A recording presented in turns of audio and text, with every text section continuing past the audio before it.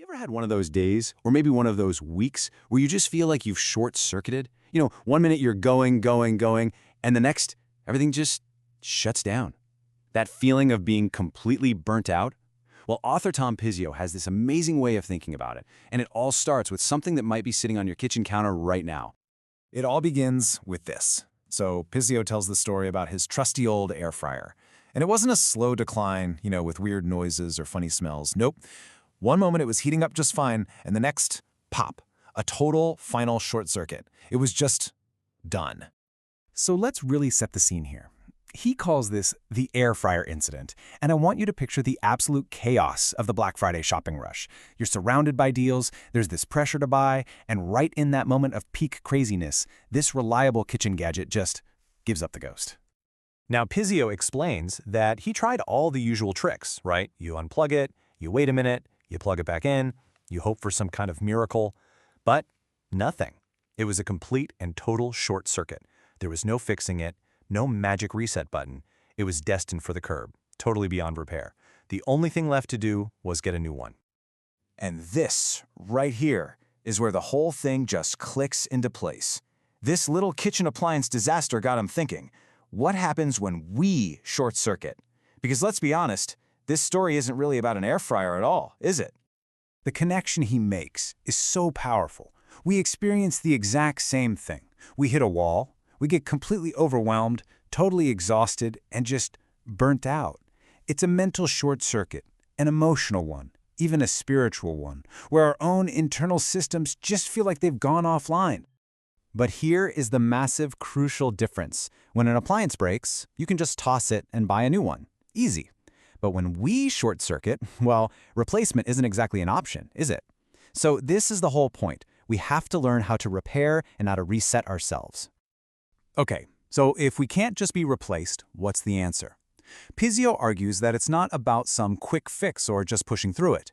No, it's about something much deeper, much more comprehensive. It's about a full system reboot. And he calls this a system reboot.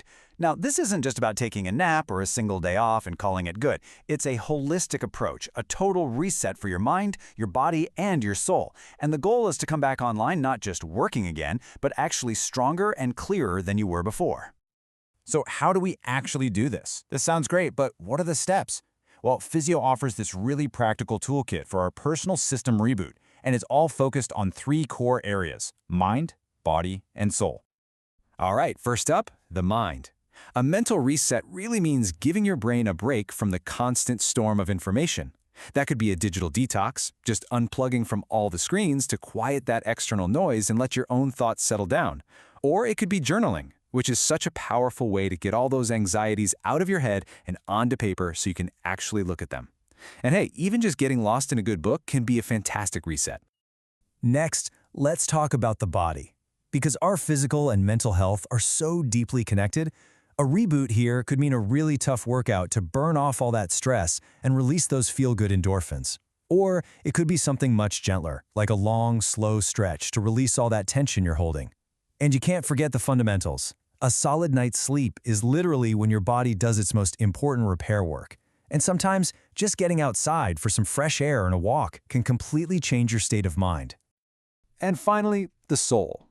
Now, this is all about reconnecting with what truly grounds you and makes you feel like you.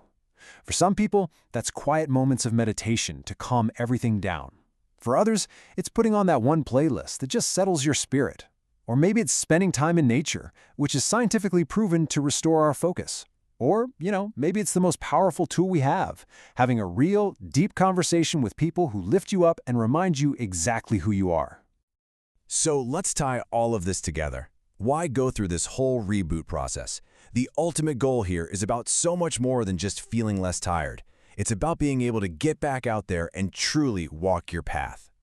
Here's the big idea.